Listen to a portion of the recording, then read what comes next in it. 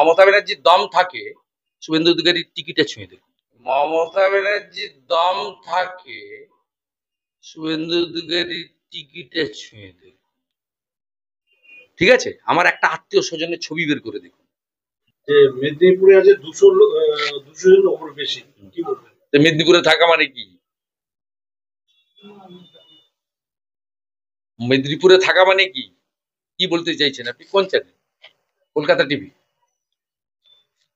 কোন চ্যানেলটা বলবেন তো? বলে দেবো তাহলে। আপনাকে এই প্রশ্নটাকে উপরে দিয়ে পাঠিয়েছে, চিন্তার কোনো কারণ নেই। মমতা ব্যানার্জির দম থাকে শুভেন্দু অধিকারীর টিকিটে ছুঁয়ে দেখুন। ঠিক আছে, আমার একটা আত্মীয় স্বজনের ছবি বের করে দেখুন। দায়ে বাঁয়ে যারা ঘুরে বিজেপিতে আসার পরে, তৃণমূলে আমি যখন ছিলাম দায়ে বাঁয়ে অনেক চোর ছিল, সে ছবি আছে। 20 সাল থেকে বিজেপিতে আমার সঙ্গেও তো কিছু ফলোয়ার্স কলিগরা এসেছে। একটা লোকের ক্লোজ রিলেশনের মধ্যে এই তালিকায় আছে, যদি বের করে দিতে পারেন আমি আনকন্ডিশনাল ক্ষমা চেয়ে দেব।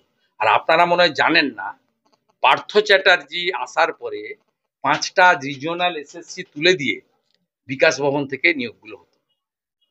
যা হয়েছে, যা খেয়েছে সব দক্ষিণ কলকাতা। নতুন নয়, এর আগে ফ্লাইং কিস দেওয়ার ছবি ভাইরাল হয়েছে ভিডিও কলে।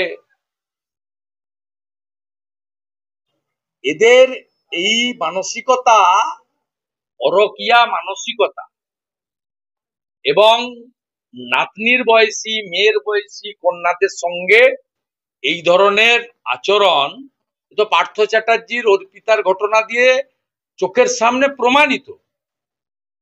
একটা ঝাড়ে আলাদা বাঁশ হতে পারে না। মমতার পুরো ঝাড় সেম। এই ঝাড়ে পার্থও আছে, নান্টু আছে। আমি মনোজ পন্থকে চিঠি দিয়ে দিয়েছি যে আপনারা যদি অযোগ্য বাছাই করার কাজ শেষ করে থাকেন, যোগ্যদের পরীক্ষায় বসতে হবে না, চাকরি বহাল করুন।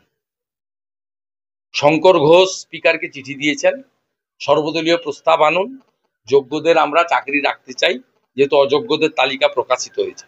ও তালিকা ত্রুটিযুক্ত তালিকা, তবুও একটা তালিকা বেরিয়েছে। তার মানে বাকিরা যোগ্য,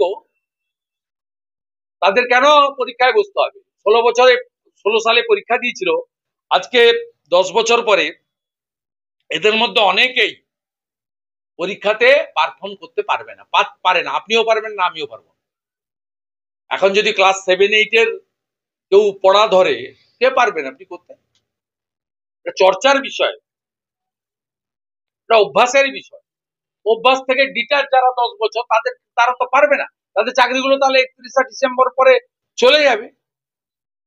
তাই সর্বদলীয় প্রস্তাব আনুন, প্রধান বিরোধী দল বিজেপি সমর্থন করবে যোগ্যদের পক্ষে।